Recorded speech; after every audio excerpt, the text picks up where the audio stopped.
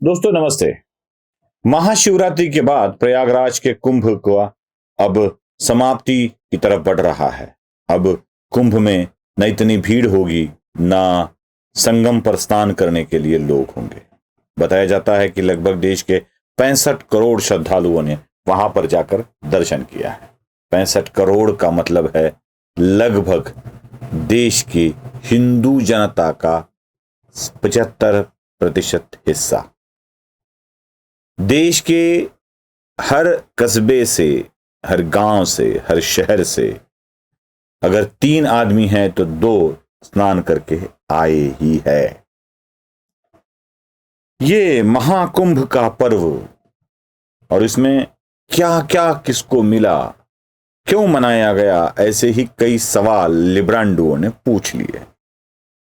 महाकुंभ के वक्त कितनी त्रासदी हुई, कितने लोग मरे, कहां पर मरे, रेल तोड़ी गई, ये तोड़ी गई, ऐसे सवाल भी पूछे गए।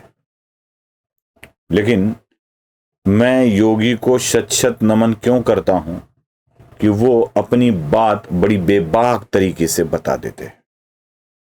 योगी प्रोत्साहन बन जाते हैं मेरे जैसे व्यक्त होने वाले लोगों के लिए। मैं पत्रकार नहीं कहूंगा क्योंकि मैं अपने आप को पत्रकार मानता ही नहीं। प्रेरणा बन जाते हैं योगी। लोग न जाने क्या क्या कहेंगे, लोगों का काम है कहना, और ऐसे कहने वाले लोगों की तरफ ध्यान नहीं देना चाहिए, अपने काम कर लेने चाहिए। योगी ने बड़े आसान तरीके से कुंभ में किसको क्या मिला ये समझाया है, जरा उन्हीं के मुख से सुन लीजिए। किसी ने सच कहा कि महाकुंभ में जिसने जो तलाशा उसको वह मिला।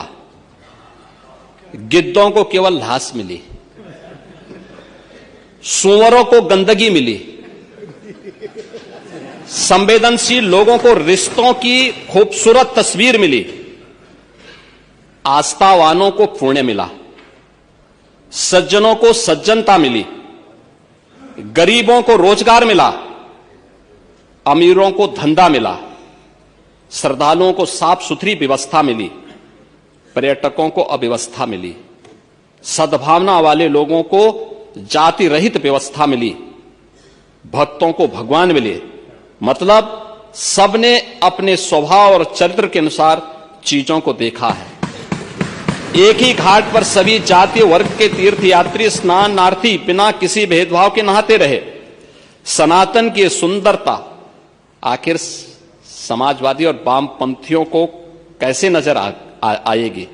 सुना, सूअर को गंदगी मिली। ये वाक्य बड़ा मुझे अच्छा लगा। जिन्होंने प्रयागराज में गंदगी ढूंढी और जिन्हें गंदगी दिखाई दी या गंदगी मिली, जिन्होंने कौन सा पानी गंगा मैया में मिलाया जा रहा है ये दिखाया। देखो कितना गंगा पानी है, गंदा पानी है, जूते पड़े हैं, ये दिखाया। वो कौन थे? ये योगी के बाद बात की बाद लोग समझ जाएंगे, समझ ही जाएंगे, क्योंकि श्रद्धालुओं को पुण्य मिला, यात्रिकरुओं को सुविधा मिली, सैलानियों को भीड़ दिखी, लेकिन श्रद्धालुओं को पुण्य मिला। जो श्रद्धा से वहां गया था उनको सब कुछ मिला। मैं अंकगणित तो नहीं जानता, लेकिन 65 करोड़ लोग अगर वहां पर जाते हैं, मतलब कल तक का आंकड़ा, महाशिवरात्रि का आंकड़ा नहीं बता रहा हूं मैं, महाशिवरात्रि के आंकड़े में तो और बढ़ोतरी हो जाएगी, 1-2 करोड़ तो बढ़ ही जाएंगे। मान लीजिए एक व्यक्ति 1000 रुपया खर्च के आता है, सिर्फ 1000, वैसे तो बहुत सारा खर्चा हुआ है लोगों का, तो 65,000 करोड़ रुपया सिर्फ ट्रैवल में चला गया है। और मान लेते हैं कि प्रयागराज में एक व्यक्ति रुकने के बाद खाना पीना, चाय, रहना, पार्किंग, ये सारी सुविधाएं, गाड़ी वाले, टू व्हीलर वाले, इन सब के ऊपर 1000 रुपया खर्च कर लेता है, तो 65,000 करोड़ रुपए वहां पे खर्च हो जाते हैं। आमतौर पे देखा जाए, मतलब मोटा मोटी हिसाब पकड़ा जाए तो 1.5 लाख करोड़ रुपए का टर्नओवर तो हुआ ही है। अंकशास्त्रियों को इस बात का बड़ा ज्ञान होगा। 1.5 लाख करोड़ की बात तो मैं ऐसे ही बता रहा हूं, इससे कई गुना होगा, कई गुना।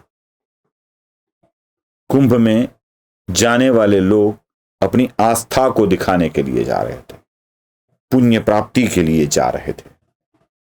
लोग पूछते हैं ना, क्या मिला, क्या मिला, क्या मिला। एक कथा बहुत अच्छी तरह से बताई जाती है कि कुंभ में ही किसी एक चना बेचने वाले व्यक्ति को चलते चलते ऐसे पत्रकार ने पूछ लिया, कहां से आए हो? बोलता है उत्तर प्रदेश का ही है। क्या करते हो? कौन कौन आया है? तो बोला बेटी, बेटा, बीवी सबको साथ लेके आया हूं। यहां पर क्या काम करते हो? ने बोला मैं चने बेचता हूं। दिन का कितना कमा लेते हो? बोला हो जाते हैं 500-600 रुपए के चने बेच देता हूं। हो जाता है निपटारा इसमें? जी हां, हो ही जाता है निपटारा इसमें।